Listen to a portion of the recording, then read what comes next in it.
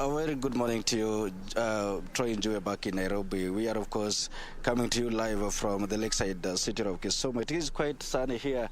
Yes, that is usually the weather here then, but we're just getting used to it that way. And just delving into the topic of the day, we know that the President, William Ruto, yesterday unveiled a list of nominees to the cabinet in people that he believes will be able to help him steer the country forward and help him deliver on his mandate. And that list actually people has elicited reactions from all corners of the country here, and Kisumu is not different. Just like that, I'm going to engage two gentlemen here who are residents of Kisumu, and of course they have a keen interest in the national politics, affairs that are developing nationally and locally here with regards to the list of nominees that was announced yesterday by His Excellency Dr. William Ruto. And just to begin with you, John Odenyo, I'm going to give you a chance to introduce yourself and you just give us your general feeling and opinion with regard to the list of nominees that was announced yesterday by His Excellency the President, Dr. William Ruto. Your name first? My name is John Odenyo. I'm the immediate former chairman of the UDA Kisumu County. I'm also a life member of UDA and a contestant for the just concluded elections at Kalini Sharma Ward as an MCA.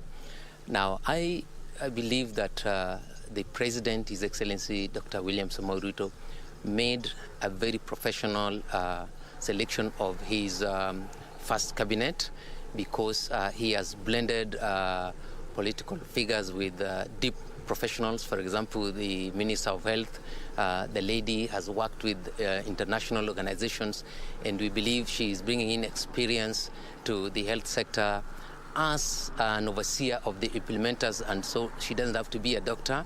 And along with other along with other ministers, the President has made what I would refer to as a very professional selection of his nominees to those respective positions.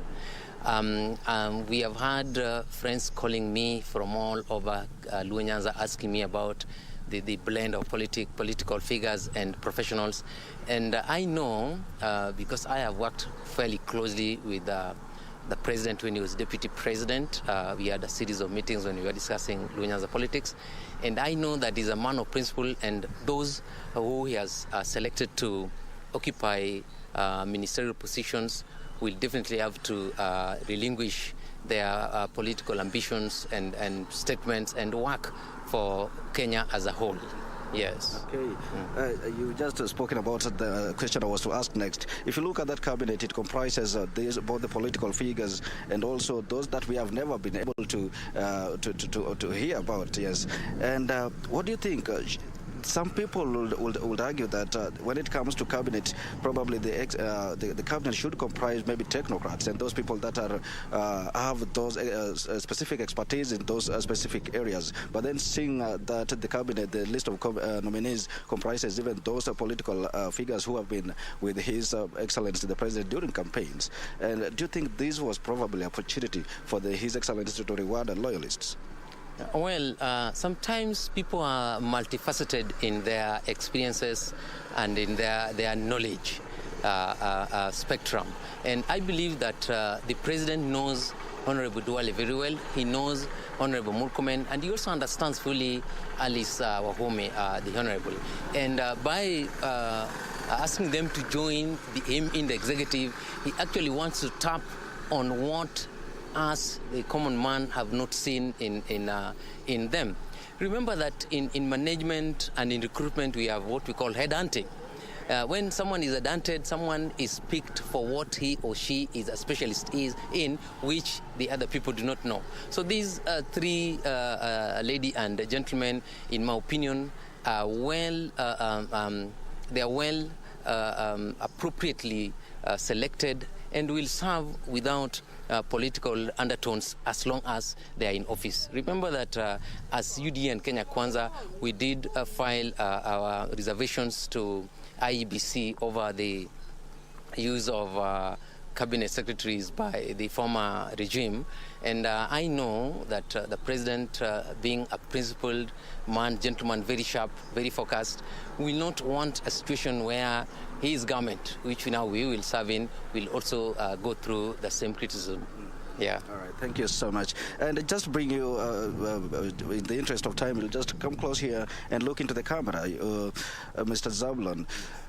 We've seen one of the appointees into the cabinet is Eliud Owalo. He's coming. Actually, he hails from Nyanza, and again we've seen an appointee from the Kisii area, that is Mashogu, who lost in the governor race of Kisumu County, and just lots of other people. What do you think about that cabinet in terms of regional balance? In terms of the regional balance is not fairly met, in my opinion, and I think in Luo Nyanza, most of the people in Luo Nyanza were in Azimio. So it is fair for him to only distribute. It is fair for him to only distribute the cabinet positions depending on the number of support he got. So we cannot castigate the president on that. To me, it is generally fair, and he's done it as his capacity cooled. Okay. Yes. Thank you so much. Ben Trenjue, those are some of the comments from the Lakeside County, or the city of Kisumu here, just giving the opinions on the regards with the cabinet list that was unveiled yesterday by His Excellency, the President, Dr. William Ruto. Like you've heard them mention that they have a close association with the UDA party. Actually, UDA party is not quite prevalent in Nyanza here, given that one of the key challengers to Ruto in the August 9 presidential poll, that is Raila Odinga, is regarded as the de facto leader here in Nyanza. And then now that UDA was infiltrating into this area, the two gentlemen that have engaged are the people who are actually paved the way for the UDA party in this region. And the opinion is that the decision by the president to list, or rather to create a cabinet list that is a mixture of the political players and the technocrats will allow him to deliver on his agenda to the Republic of Kenya. And more so, you've also heard the mention that the decision by His Excellency to hand some slots to some people from the Luo Nyanza is a way to bring that sort of regional balance as is required, given that the president is one of the symbols of national unity. Well, Troy, that is it from this end, and we'll continue to engage residents from this region here. And for now, let me just hand it back to you so that you can continue with that discussion in studio. Troy. Thank you so much, Wycliffe, for catch there.